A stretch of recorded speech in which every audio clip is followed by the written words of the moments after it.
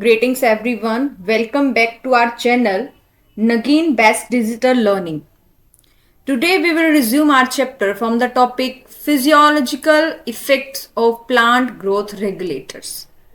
जिन plant growth regulators के बारे में मैंने कल तुम्हें बताया था, उनकी डिस्कवरीज के बारे में, उनका आज हम प्लांट फिजियोलॉजी पर क्या इफेक्ट होता है वो हम पढ़ेंगे. So let's start with the very first plant growth regulator, that is the auxin. Yes, auxin. So let's start.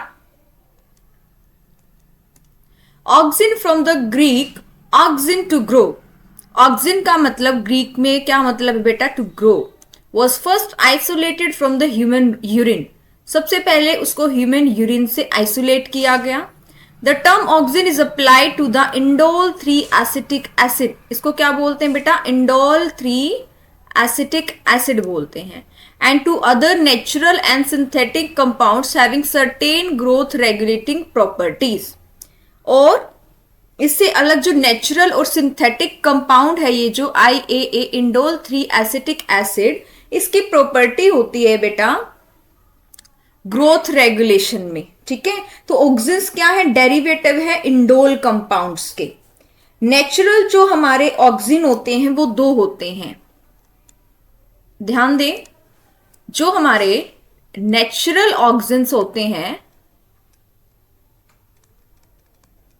वो हमारे पास दो हैं. फर्स्ट है IAA इंडोल एसिटिक एसिड, दूसरा है IBA indole butyric acid. Indole butyric acid. और हमारे पास synthetic auxins भी हैं जो हमने खुद बनाए हैं in the lab condition. Synthetic auxin जैसे कि हमारे पास है NAA. NAA means naphthalene acetic acid. एक है हमारे पास 2,4 dichloro phenoxy acetic acid. 2,4 dichloro phenoxy acetic acid. और एक है हमारे पास 2,4,5 ट्राइक्लोरो फिनॉक्सी एसिटिक एसिड. मतलब क्लोरीन जो है सेकेंड और फोर्थ कार्बन पे है, that's why it is dichloro. यहां पर chlorine second, fourth and fifth carbon पे है, that's why it is called the trichloro. तो हमारे पास ये जो तीन है सिंथेटिक ऑक्सिन्स हैं, इनको इजीली आइसोलेट किया जा सकता है और एक्सट्रैक्ट किया जा सकता है. अगर इन्हें इजीली आइसोलेट कर सकते हैं और एक्सट्रैक्ट कर सकते हैं तो इनको बोलते हैं फ्री ऑक्सिन्स. ठीक है, अगर ये किसी ऑर्गेनिक सॉल्वेंट को यूज करके एक्सट्रैक्ट इनको किया जाता है, अगर किसी ऑर्गेनिक सॉल्वेंट को यूज करके इसको एक्सट्रैक्ट किया जाता है तो इनको बोलते हैं बेटा bound auxins. Bound auxins. Clear है? एक टर्म आती है एंटीऑक्सिन. वो सब्सटेंस जो ऑक्सिन के एक्शन को रोकता है उसको बोलते हैं एंटीऑक्सिन. ऑक्सिन के अगेंस्ट जो काम करता है. क्लियर है? अब हम स्टार्ट करते बेटा. Yes, they are generally produced by the growing apex of the stems and roots. growing apex of stems and root. Root की जो अपेक्स है, शूट की जो अपेक्स है, एपिकल जो मेरिस्टेम है, वहां पे होता है बेटा auxin. From where they migrated to regions of their action. और वहां से जहां पर उनको एक्शन करना है, अपना इफेक्ट दिखाना है, वहां पर ये माइग्रेट कर जाते हैं. Auxin like IAA and indole butyric acid have been isolated from plants. मैंने अभी बताया NAA that is naphthalene acetic acid and 2,4-D 2,4 dichlorophenoxy acetic acid. ये क्या है? सिंथेटिक ऑक्सिन्स हैं. All these auxins have been used extensively in agricultural and horticultural practices. ये सारे auxins को एग्रीकल्चर में, क्रॉप प्रोडक्शन में, हॉर्टिकल्चर में, फल सब्जियों में को प्रोड्यूस करने में यूज किया जाता है. They have to initiate rooting in stem cutting. Stem cutting के अंदर जब रूट फॉर्मेशन होती है तो किसके हेल्प से होती है? ऑक्सिन की हेल्प से। तो बहुत वाइड एप्लीकेशन है इसकी for plant propagation. Plant propagation. Auxins promote flowering. किसके अंदर? पाइनएप्पल के अंदर फ्लावरिंग को प्रमोट करता है ऑक्सिन, यानी पाइनएप्पल के अंदर फ्लावर आने की प्रोसेस को प्रमोट करता है। और क्या करता है? They help to prevent fruit and leaf drop at early stages. भाई अगर लीफ और फ्रूट अच्छे से मेच्योर नहीं हुए हैं तब तक वो फॉल ना हो जाए, उस चीज को प्रिवेंट करता है और प्रमोट करता है कि जो ओल्डर मैच्योर लीफ हो और फ्रूट हो वही फॉल हो, उनकी ही एब्सिशन हो। ठीक है, यंग स्टेज पे लीफ और फ्रूट ड्रॉप ना हो जाए, इसको वो प्रिवेंट करता है। और ओल्डर मैच्योर लीफ और फ्रूट फॉल हो जाए, एब्सिशन उसका हो जाए, उसको प्रमोट करता है। In most higher plants the growing apical bud, बहुत सारे हायर प्लांट्स के अंदर जो ग्रोइंग एपिकल बर्ड है वो क्या करती है? लिटरल बर्ड्स को ग्रो नहीं करने देती, इसको बोलते हैं एपिकल डोमिनेंस। अभी मैं आपको बताती हूं कि क्या चीज है ये। मान लो ये स्टेम है, इस स्टेम पे एपिकल बर्ड है और साइड में ये लेटरल बर्ड है जिससे ये ब्रांचिंग होती है। अगर एपिकल बर्ड प्रेजेंट है तो ये लेंथ वाइज क्या है? ये ग्रो करेगा।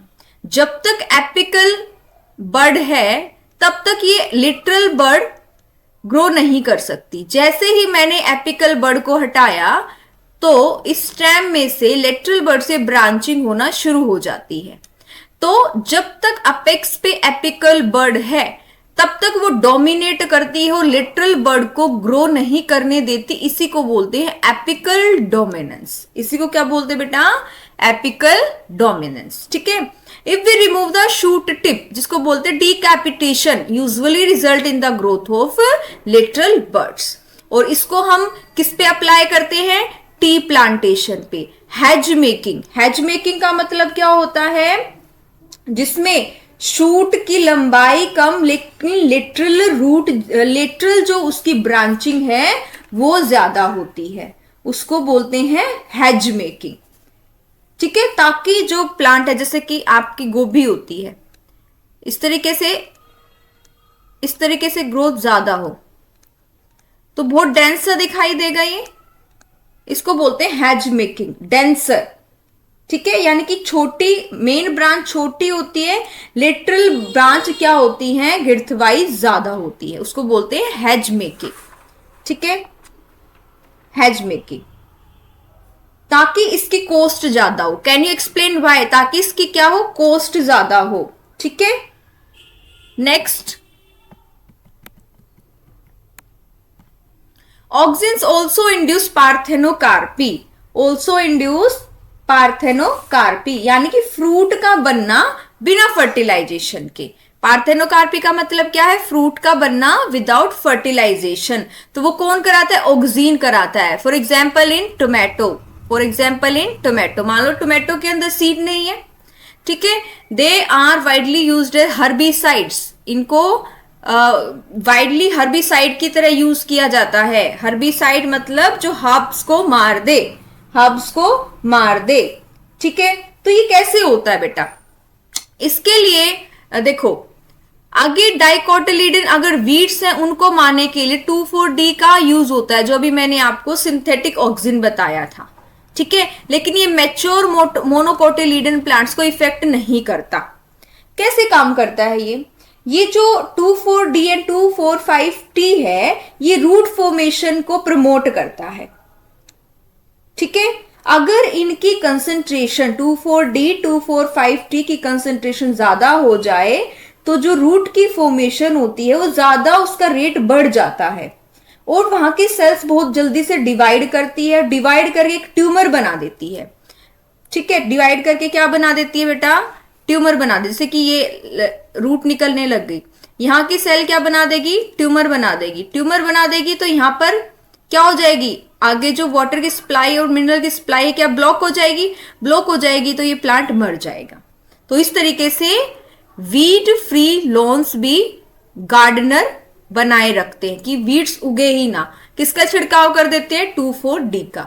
Auxin also control xylem differentiation and helps in the cell division.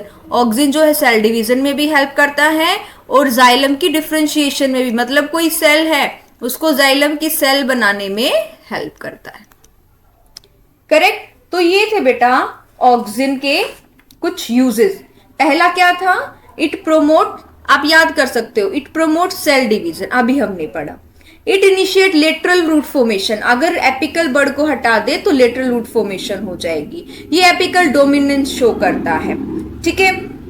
फिर क्या है? पाइनएप्पल के अंदर फ्लावरिंग को प्रमोट करता है। टोमेटोज के अंदर पार्थोकार्पी को इंड्यूस करता है। ठीक है। और जो यंग लीफ है, यंग फ्रूट है, उनको फॉल होने से रोकता है, बल्कि old leave of mature fruits को की एब्सिशन को प्रमोट करता है। दूसरा, ये जाइलम की डिफरेंशिएशन में हेल्प करता है। ठीक है। अब देखो सेल डिवीजन के लिए कैसे यूज होगा। मान लो एक मीडियम में हमने क्या लिया है बेटा? मान लो एक मीडियम है, उस मीडियम के अंदर हमने शूट अपेक्स से कुछ टिश्यू ले लिया है, कुछ सेल्स ले ली है। उसमें अगर हम ऑक्सिन और साइटोकाइनिन डालेंगे तो क्या होगा? सेम कंसेंट्रेशन में डालेंगे तो ये सेल डिवाइड होके क्या है? एक कैलस बना देंगी, मास ऑफ इंडिफरेंशिएटेड सेल बना देंगे। तो इस तरीके से यूज होता है। ठीक है। इसको यूज किया जाता है to obtain plants from stem cutting. तो जो स्टेम कटिंग से हमें प्लांट मिलते हैं, जैसे कि रोज हो गया, उस स्टेम कटिंग को अगर हमने ऑक्सिन में डिप कर दिया ना बेटा, तो लेटरल ब्रांच ग्रो करना शुरू कर देती है। ठीक है। और अभी मैंने बताया कि 2,4-D 2,4,5-T इनको वीडी साइड की तरह यूज किया जाता है। डायकोट वीड्स को तो ये खत्म कर देता है, लेकिन मोनोकोट वीड्स को ये क्या है बेटा? इफेक्ट नहीं करता। हैज मेकिंग में यूज होता है। पाइनएप्पल के अंदर ज्यादा फ्लावरिंग हो, ज्यादा फ्रूट फॉर्मेशन हो, उसको भी प्रमोट करता है। सीडलेस फ्रूट बनाने में ये हेल्प करता है। तो इसके क्या है? बहुत सारे यूजेस हमने देखे। अब फिगर 13.11 में ये एपिकल डोमिनेंस दिखाया गया है बेटा।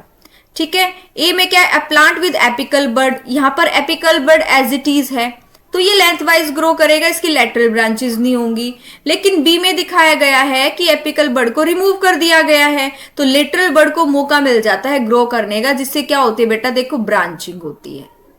समझ में आया? ये देखो लिटरल बर्ड है, here are the lateral buds. Clear? अब नेक्स्ट आ जाइए, हमारा नेक्स्ट जो पीजीए है, पीजीआर है, दैट इज द गिब्रेलिंस। इसकी डिस्कवरी हम पढ़ चुके हैं। ठीक है। Gibberellins are another kind of promotory PGR, एक दूसरी तरीके का पीजीआर है जो ग्रोथ को प्रमोट करता है। हमारे पास 100 से ज्यादा गिब्रेलिन हम देख चुके हैं डिफरेंट ऑर्गेनिजम्स के अंदर, जैसे कि फंगी के अंदर, दूसरे हायर प्लांट्स के अंदर। इनको नाम देते हैं GA1, GA2, GA3 and so on. लेकिन जो GA3 है, गिब्रेलिक एसिड 3 है, उसको सबसे पहले डिस्कवर किया गया था और मोस्ट इंटेंसिवली उसी को ही स्टडी किया जाता है। ऑल GAs आर एसिडिक, सारे कैसे नेचर के होते हैं? Acidic, that why it is the gibberellic acid. ठीक है। ये एक wide range of physiological response plant के अंदर शो करते हैं। तो अभी देखते हैं बेटा ये क्या शो करते हैं। सबसे पहले तो ये क्या है? टर्पीन्स के डेरिवेटिव होते हैं। टर्पीन्स के क्या होते हैं बेटा? ये डेरिवेटिव्स होते हैं। जैसे कि ऑक्सिन इंडोल कंपाउंड थे ना, इंडोल डेरिवेटिव थे, वैसे ही ये टर्पीन्स डेरिवेटिव होते हैं। अब देखो ये क्या काम करते हैं। Their ability to cause an increase in the length of axis is used to increase the length of grape stalks. अब मेरे पास क्या, देखो बेटा ये क्या करता है? इंटरनोड की इलोंगेशन करवाता है। इंटरनोड की इलोंगेशन कराता है। कैसे? देखो वन बाय वन पहले मैं आपको इसके सारे फंक्शन एक्सप्लेन कर दूंगी, फिर हम थ्योरी पार्ट पे आएंगे। पहला है हमारे पास इसका फंक्शन, ये स्टेम की इलोंगेशन कराता है। स्टेम इलोंगेशन, स्टेम को की लंबाई को बढ़ाता है। अभी बताऊंगी कि कैसे बढ़ाएगा। दूसरा, ये माल्टिंग प्रोसेस को प्रमोट करता है. It promotes malting process. It promotes malting process. अभी मैं आपको एक्सप्लेन करूंगी कि what is malting process. And it delays senescence. It delays senescence. What is senescence? Senescence is nothing else but the ageing in plant. जब plant की age होनी शुरू हो जाती है, जो वो अपनी लाइफ साइकिल के आखिरी स्टेज पे आता है, उसको बोलते हैं सीनेसेंस. यानी कि सीनेसेंस जल्दी से आने नहीं देता किसी भी प्लांट की. ठीक है. फोर्थ इसका फंक्शन क्या है? It increase the seed maturity. It increase the seed maturity. ठीक है. फिर क्या है? एक वर्ड आता है हमारे पास बोल्टिंग. एक वर्ड आता है हमारे पास bolting. What is bolting? Bolting means internodal elongation. Internodal elongation. I hope आपको पता होगा कि what is node and what is internode. If this is the stem, here this is node, this is second node and the gap between the two nodes are known as the internode. क्या बोलेंगे? Internode. इस internode की length को क्या करवाता है? ये increase करवाता है. And for this process we use the term bolting. जैसे एग्जाम्पल अगर हम लें बीट, कैबेज. ठीक है. जो रोजेट प्लांट होते हैं, जिसमें ये इंटरनोड की जो लंबाई है वो कम होती है, जैसे कि फूल गोभी, कैबेज, उसमें जो आपकी इंटरनोड्स है ना, वो बहुत छोटी होती हैं. क्या होती है? बहुत छोटी होती हैं. मान लो कि मेरे पास ये स्टेम है और कैबेज के लीव्स ऐसे होते हैं. यस, ऐसे होते हैं. तो देखो कितना कम इंटरनोडल डिस्टेंस है, इलोंगेशन बहुत कम है. ठीक है. अब ये टर्मिनल बड से निकली है, ये एपिकल बड है. अगर इसको मैं गिब्रेलिक एसिड से ट्रीट करा दूं तो इंटरनोड की इलोंगेशन हो जाएंगी. पहले इंटरनोड इतने की थी, अब ये इंटरनोड की इलोंगेशन इतनी होगी. तो एक लीफ यहां, एक यहां, एक यहां, एक यहां. इसको बोलते हैं बेटा बोल्टिंग. इसको बोलते हैं bolting. Nothing else but the elongation of the internode. Clear है. अब सेवेंथ पे आ जाइए. सेवेंथ क्या फंक्शन है बेटा इसका? It promotes the synthesis of amylases and proteases. It promotes synthesis of amylases and proteases. ये क्या है? अमाइलेजेस और proteases are the enzymes to digest the carbohydrate and the protein. तो ये थे इसके बेटा फंक्शन. अब इसकी आती है एप्लीकेशंस. एप्लीकेशंस कि कहां कहां ये अप्लाई होता है. तो it is use to elongate the grape axis. जो अंगूर की बेल होती है, अंगूर की जो बेल होती है, उसकी इलोंगेशन में हेल्प करता है. अब मान लो मेरे पास एक ऐसी बेल है अंगूर की जिसमें इस तरीके से ब्रांचिंग है पास और ये अंगूर इस तरीके से लगे हुए हैं. ये अंगूर इस तरीके से लगे हुए हैं. ठीक है. अब these fruits are very close to each other and due to contact either there is some kind of scar or another type of damage. Size small होता है, पास होते हैं तो कुछ ना कुछ इस पे दाग आ जाते हैं, स्कार आ जाते हैं. लेकिन अगर इस स्टेम की इलोंगेशन हो जाए तो ये कुछ इस तरीके से होगा, ऐसे. तो ये दूर दूर होंगे तो कोई स्कार और कोई डैमेज नहीं होगा फ्रूट को. तो देखो कितनी इलोंगेशन हो गई, कितनी इलोंगेशन होगी इंटरनोड की. ठीक है ना. तो फ्रूट को एक स्पेस मिलेगा, एक प्रॉपरली स्पेस मिलेगा. तो उसके लिए इसको किससे ट्रीट करना पड़ेगा? गिब्रेलिक एसिड से ट्रीट करना पड़ेगा. क्लियर है. ऐसे ही शुगर केन की हाइट को इंक्रीज कराने के लिए, एप्पल है जो हमारा फ्रूट, उसकी इलोंगेशन के लिए, मान लो मेरा एप्पल ऐसा है, ऐसा एप्पल है मेरा, इसकी इलोंगेशन के लिए कि ये ऐसा हो तो हम इसको यूज करते हैं. ब्रीविंग इंडस्ट्री के अंदर जैसे मैंने माल्टिंग बताई थी उसके अंदर, ठीक है ना। अगर फ्रूट को लंबे टाइम तक प्लांट के ऊपर ही रखना है, fruits can be left on plant for longer period of time for avoiding over ripening. क्योंकि देखो शॉर्ट पीरियड ऑफ टाइम में फार्मर को बहुत सारा फ्रूट बेचना नहीं पड़ेगा, he can sold them in batches by increasing the period of maturity. अगर उनके मेच्योर होने का पीरियड ही बढ़ा दिया जाए तो सारे के सारे एक बार मेच्योर नहीं होंगे फ्रूट, तो सारे के सारे फ्रूट्स को एक बार नहीं तोड़ना पड़ेगा पकने के बाद। और अगर वो साथ साथ ही मैच्योर हो गए, सबको तोड़ना पड़ेगा, सबको प्लांट से अलग करना पड़ेगा, तो फार्मर को बहुत कम टाइम मिलेगा उसको बेचने के लिए। तो उनका जो मैच्योरिटी का पीरियड है वो हम गिब्रेलिक एसिड को यूज कर सकते हैं, ठीक है। दूसरा, ये सीड जर्मिनेशन को प्रमोट करता है। सीड जर्मिनेशन को कैसे प्रमोट करेगा भाई, एम्ब्रियो के अंदर जो कार्बोहाइड्रेट और प्रोटीन है, ठीक है, उसको डाइजेस्ट करवा देगा कौन एंजाइम, अमाइलेजेस एंड प्रोटीएज, और एम्ब्रियो को देगा, उसको नरिश करेगा, इससे क्या होगी, सीड जर्मिनेट हो जाएगा। So this is all about the gibberellic acid. अब हम देखते हैं one by one. Gibberellins cause, 1 second please.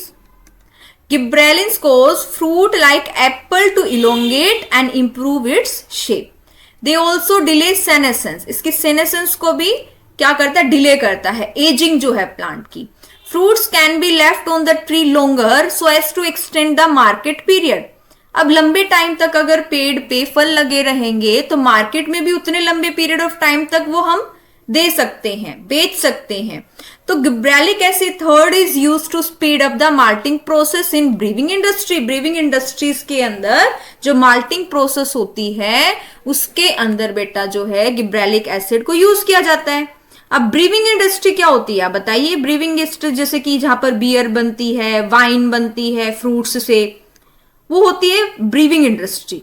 और वहां कौन सी प्रोसेस से बनाई जाती है बेटा, माल्टिंग से। किससे बनाई जाती है, माल्टिंग प्रोसेस से बनाई जाती है, और उसके अंदर यूज होता है बेटा गिब्रेलिक एसिड,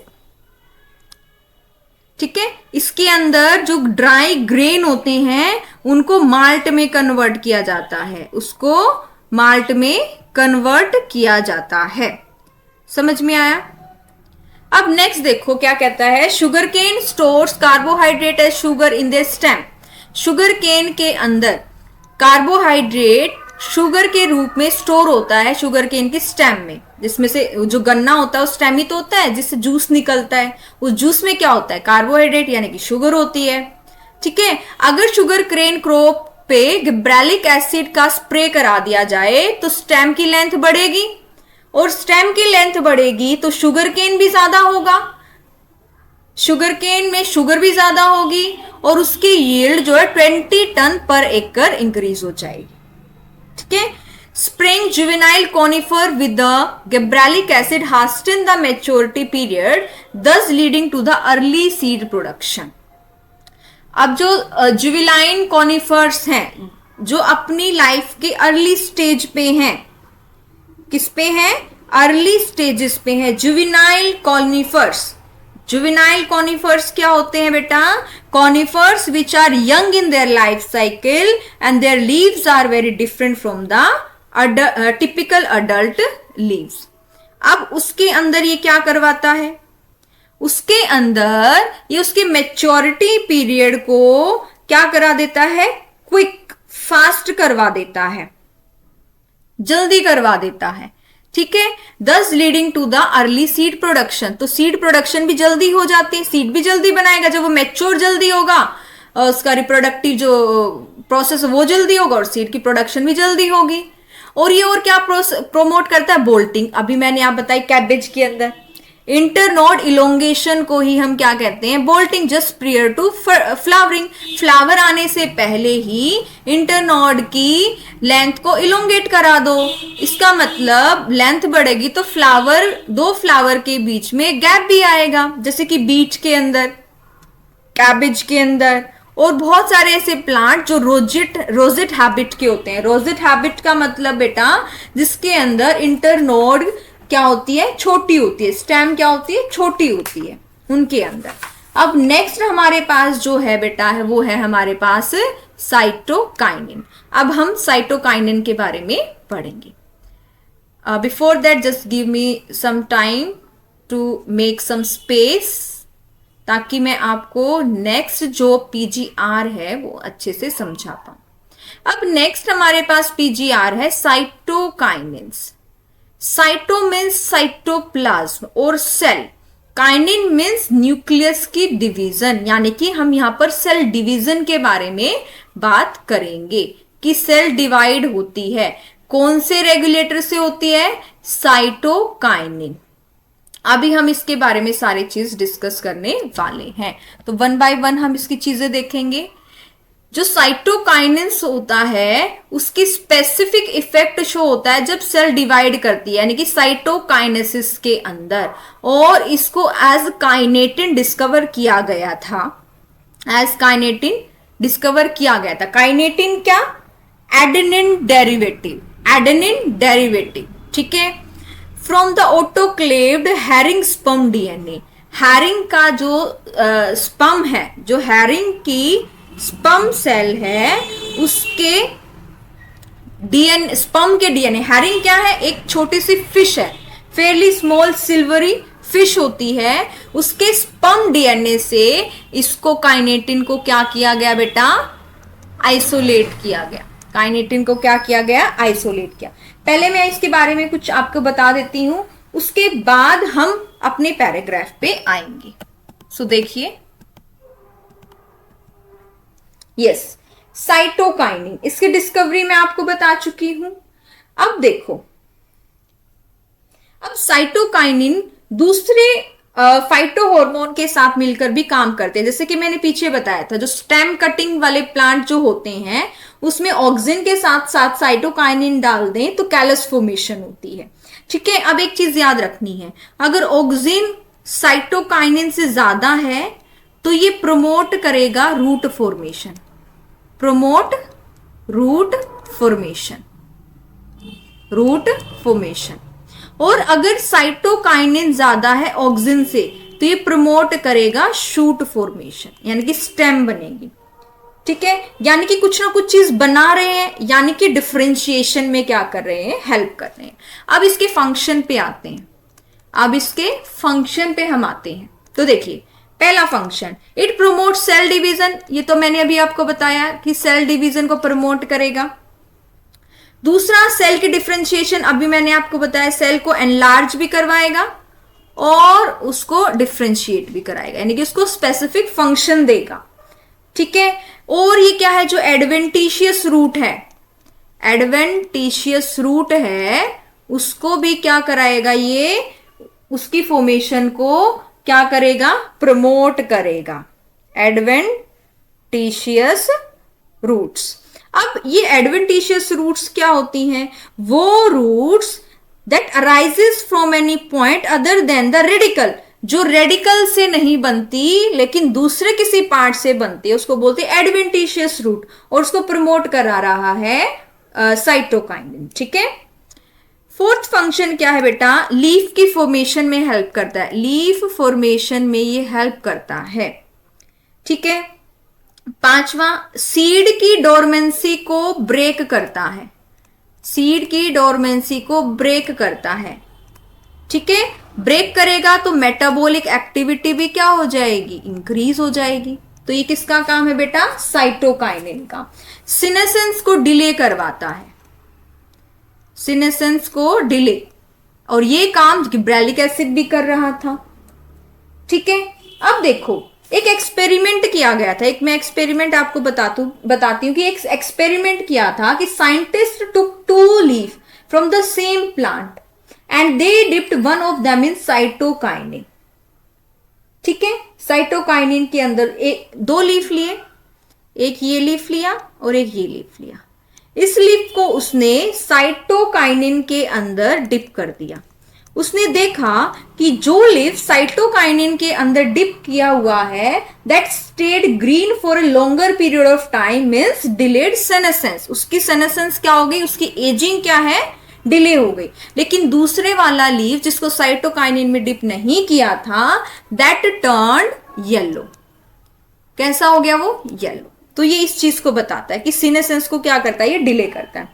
फिर सेवेंथ फंक्शन क्या है बेटा, और इस इफेक्ट को पता है, इसको बोलते हैं रिचमंड लॉन्ग इफेक्ट। इस इफेक्ट को बोलते हैं रिचमंड लॉन्ग इफेक्ट, क्योंकि इसने ये प्रूव किया था थ्रू दिस एक्सपेरिमेंट। फिर ये क्या करेगा बेटा, it promote flowering in some plant, कुछ प्लांट के अंदर फ्लावरिंग को प्रमोट करेगा। It helps in the formation of interfascicular cambium which is found between two intrafascicular cambium, यानी कि हम बात करें तो ये सेकेंडरी ग्रोथ करवाता है। सेकेंडरी ग्रोथ, एक तो हमारा यंग स्टेम होता है, अब यंग स्टेम के बाहर बार्क बन गई भाई, डेड बार्क बन गई, वो क्या है? Secondary growth. उसको कौन कराता है? साइटोकाइनिन कराता है। ठीक है, सो ये था बेटा साइटोकाइनिन के बारे में। अब हम वन बाय वन इसके बारे में अपने पैराग्राफ से पढ़ेंगे। ठीक है, तो cytokinin have specific effects of cytokinesis and were discovered as kinetin, a modified form of adenine. Adenine क्या होता है? एक प्यूरिन होता है, that is the nitrogenous base. कहां से मिला? हैरिंग, एक स्मॉल सिल्वरी फिश थी, उसके स्पर्म के डीएनए से मिला।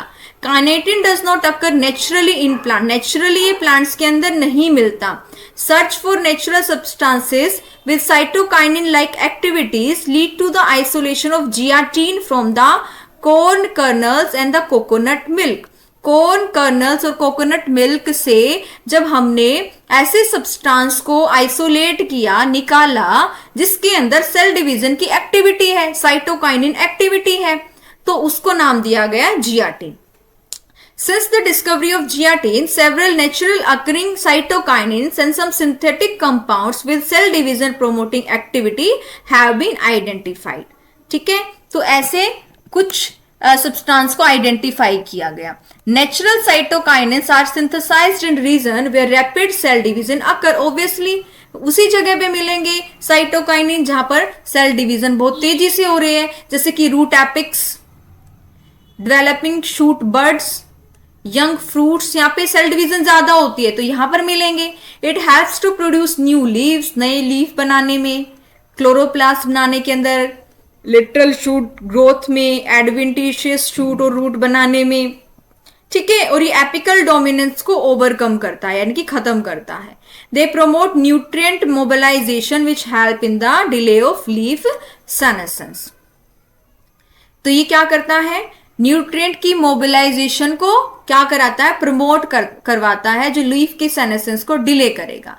यानी कि मान लो कोई लीफ है, वो उसकी एजिंग हो रही है, लेकिन कहीं और जो न्यूट्रिएंट प्रेजेंट है और वो न्यूट्रिएंट लीफ को जरूरत है उसकी, तो क्या करेगा? वो न्यूट्रिएंट वहां से मोबिलाइज होकर लीफ के पास आएगा ताकि उसके सेनेसेंस क्या हो जाए? डिले हो जाए। और वही चीज मैंने अभी आपको एक एक्सपेरिमेंट के थ्रू एक्सप्लेन करी है। क्लियर है? अब नेक्स्ट जो हमारे पास नेक्स्ट जो पीजीआर है वो है इथाइलिन। कौन सा है बेटा? इथाइलिन। इसको हम पहले थोड़ा सा पढ़ेंगे, फिर हम यहां पर आएंगे। ठीक है, अब इथाइलिन क्या है? एक गैस से बना, इथीन गैस से, गैसियस फाइटोहॉर्मोन्स है। ठीक है, और कैसे बना है? मिथियोनिन को ब्रेक डाउन करके ये बना है। किसको ब्रेक डाउन करके बना है? मिथियोनिन को ब्रेक डाउन करके ये मिला है। साइटो प्रोडक्शन कहाँ है? जो पके हुए फ्रूट्स होते हैं ना, और वो सेल्स जो एजिंग की तरफ जा रही हैं, वहां पर इसकी प्रोडक्शन होती है। ठीक है, अब देखो इसका फंक्शन क्या है? फंक्शंस देखते हैं इसके। फंक्शंस, फर्स्ट फंक्शन है promote ripening of fruits, fruit की राइपनिंग कराता है। ठीक है, अब देखो कई बार हम पपाया लेकर आते हैं मार्केट से, अब वो अभी पूरी तरह से पका नहीं है, तो उसको कागज के अंदर, अखबार के अंदर लपेट के हम रख देते हैं। ठीक है, और कुछ टाइम के बाद वो क्या पक जाता है, तो उसके अंदर कौन सा हार्मोन काम कर रहा है? इथाइलिन। कौन सा हार्मोन काम कर रहा है? इथाइलिन। ठीक है, दूसरा ये सीनेसेंस को प्रमोट करता है, प्रोमोट सीनेसेंस। साइटोकाइनिन और गिबरेलिक एसिड इसको प्रमोट नहीं कर रहे थे, डिले कर रहे थे सीनेसेंस को, लेकिन इथाइलिन प्रमोट कर रहा है। It help in increasing the length of petiole and internode. Petiole मतलब वो स्टॉक लीफ की जो ब्रांच से जुड़ी हुई है, दैट इज द पीटियोल। तो क्या करता है, increase length of petiole and internode, specially जो डीप वाटर राइस सीडलिंग होते हैं, ठीक है, ताकि वो फोटोसिंथेसिस के लिए पानी से बाहर आ सके। उसकी इंटरनोड बढ़ेगी तो वो पानी से बाहर आ जाएंगे लीव्स उसके, ताकि वो फोटोसिंथेसिस कर सके। Fourth one, it promote seed. ये क्या करता है, प्रमोट भी करता है कभी कभी केसेस में, और ब्रेक भी करता है किसको, सीड डोरमेंसी को, सीड डोरमेंसी को। फिफ्थ है, ग्राउंड नट जो सीड्स होते हैं, मूंगफली, ग्राउंड नट जो सीड होते हैं, उसकी जर्मिनेशन को क्या करता है बेटा, ये प्रमोट करता है। उसकी जर्मिनेशन को क्या करता है, प्रमोट करता है, ठीक है। दूसरा, जो पोटैटो होते हैं उसकी स्प्राउटिंग में को ये प्रमोट करता है, ठीक है। अब हमारे पास एक वर्ड आता है इथाफोन। इथाफोन, इथाफोन क्या होता है, ये एक्वेस सॉल्यूशन होता है, एक एक्वेस सॉल्यूशन होता है which is absorb by plant is very quickly and it releases ethylene gradually, so used for artificially ripening of fruit। अगर मैं किसी फ्रूट को आर्टिफिशियली, नेचुरली नहीं, आर्टिफिशियली पकाना चाहती हूं, तो मैं प्लांट को कौन से सॉल्यूशन में डिप करूंगी, aqueous solution, that is the ethephon. वो बहुत जल्दी जल्दी से प्लांट उसको एब्जॉर्ब करता है, लेकिन उस एक्वेस सॉल्यूशन में से धीरे धीरे इथाइलिन गैस को निकालता है, और धीरे धीरे जो फ्रूट की राइपनिंग होती है वो हो जाती है। देखो, अगर हम पके हुए राइपेंड ऑरेंज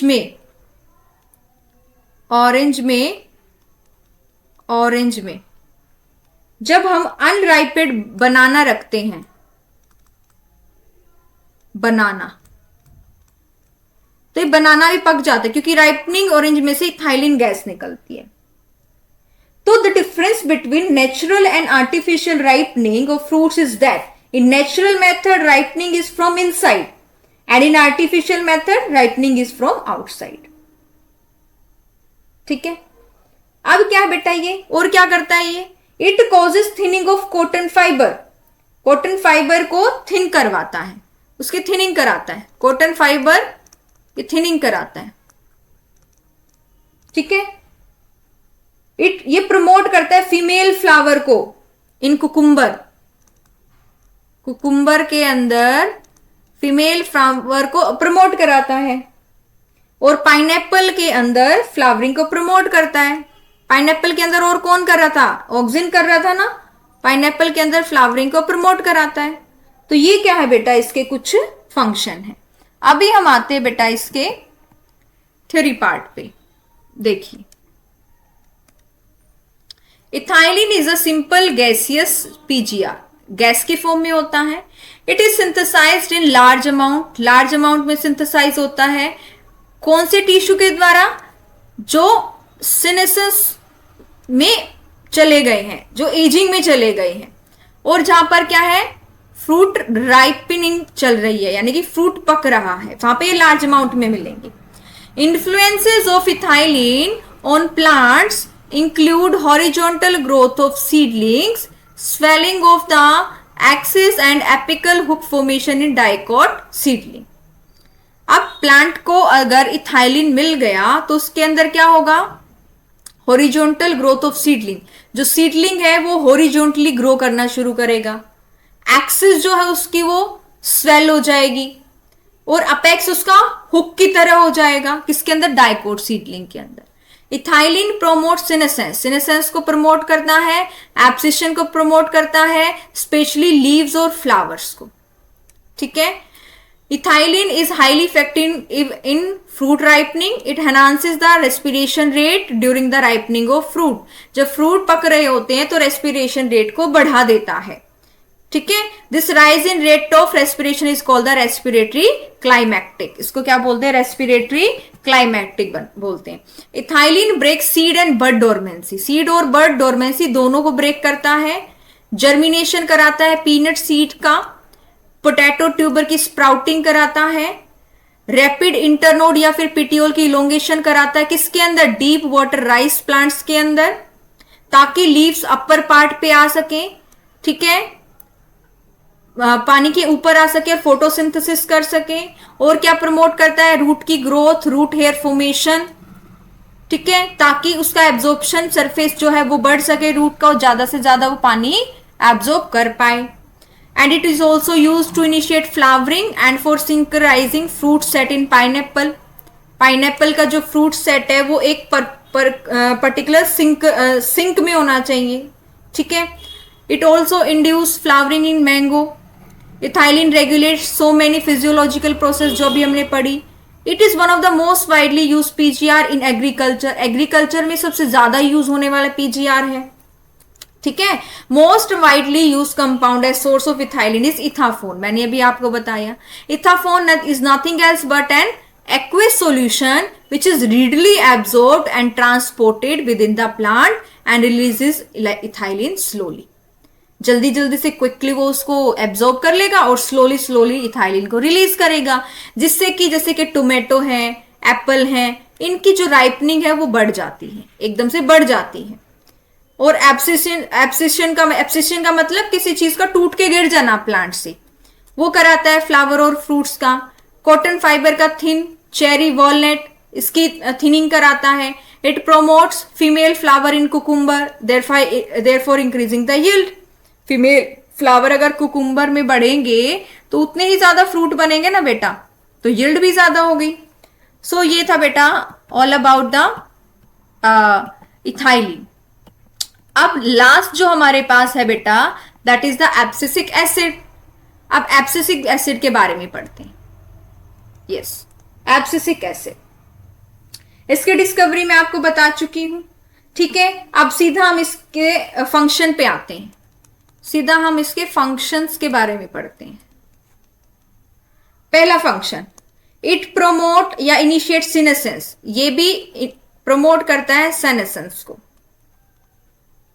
ठीक है। दूसरा, प्रमोट करता है एब्सिशन को। एब्सिशन को प्रमोट करता है, यानी कि fall of old part like fruit, leaf, ठीक है। अब एब्सिशन होता क्या है, इसको हम समझ लेते कि एब्सिशन होता कैसे है। मान लो ये स्टेम है, स्टेम का ये लीफ है, स्टेम का ये लीफ है। ये क्या होता है? इसका एब्सिशन जोन होता है। ये होता है इसका एब्सिशन जोन। और ये किसकी वजह से बना है? एबीसी, एब्सिसिक एसिड की वजह से बना है। एब्सिसिक एसिड की वजह से बना है। In this zone suberin deposition occur due to which no gaseous and water exchange take place. इस रीजन की वजह से यहां पर सुबेरिन की, इस रीजन में सुबेरिन की डिपोजिशन हो जाती है।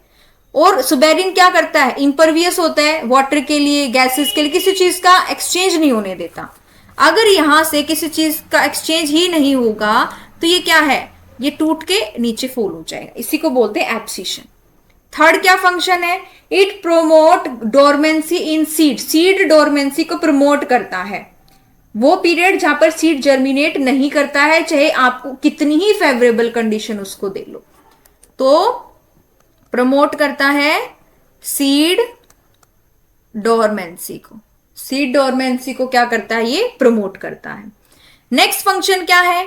नेक्स्ट है inhibit germination of seed by decreasing enzyme production. मतलब सीड को जर्मिनेट नहीं होने देगा क्योंकि एंजाइम की प्रोडक्शन को कम कर दिया, जैसे अमाइलेज, प्रोटीएज। तो ये गिब्रेलिक एसिड के अपोजिट काम करता है, इनिबिट करता है जर्मिनेशन ऑफ सीड। कैसे? एंजाइम की प्रोडक्शन को कम कर देता है, एंजाइम की प्रोडक्शन को कम कर देता है। ठीक है, तो एग्जैक्टली अपोजिट है गिबरेलिक एसिड के। और सिक्स्थ फंक्शन, फिर फिफ्थ क्या है बेटा? स्टोमेटा की क्लोजर, स्टोमेटा क्लोजर। कैसे?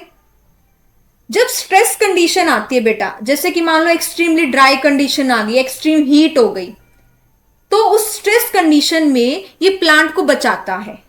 अगर ड्राइनेस की कंडीशन में स्टोमेटा ओपन रह गया तो क्या है, उससे तो वाटर लॉस होता रहेगा और प्लांट मर जाएगा। तो क्या करा देता है? स्टोमेटा को क्लोज करा देता है। That's why it is called the stress hormone, इसीलिए इसको स्ट्रेस हार्मोन भी कहते हैं। और क्या करता है ये? It does not let bud related formation, bud की डोरमेंसी भी करता है ये, बड डोरमेंसी। मान लो स्ट्रेस की कंडीशन है तो बड को जर्मिनेट नहीं करने देगा, बड को ग्रो नहीं करने देगा कि अभी रुको, अभी स्ट्रेस कंडीशन है, बाद में देखेंगे इसके बारे में। ठीक है, तो अब हम पढ़ते हैं, अब हम पैराग्राफ पे आते हैं बेटा। तो देखिए, as mentioned earlier, abscisic acid was discover for its role in regulating abscission and dormancy.